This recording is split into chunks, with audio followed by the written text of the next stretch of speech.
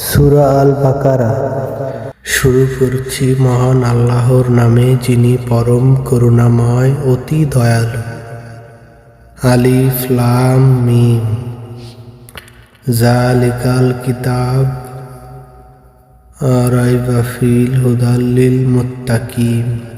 ইহা ওই গ্রন্থ যার মধ্যে কোনো সন্দেহ সংশয়ের অবকাশ নেই। ধর্মভীরুদের জন্য এ গ্রন্থ পথ নির্দেশ। যার অদৃশ্য বিষয়গুলিতে বিশ্বাস স্থাপন করে এবং সালাত প্রতিষ্ঠা করে, এবং আমি তাদেরকে যে উপজীবিকা প্রদান করেছি তা হতে দান করে থাকে,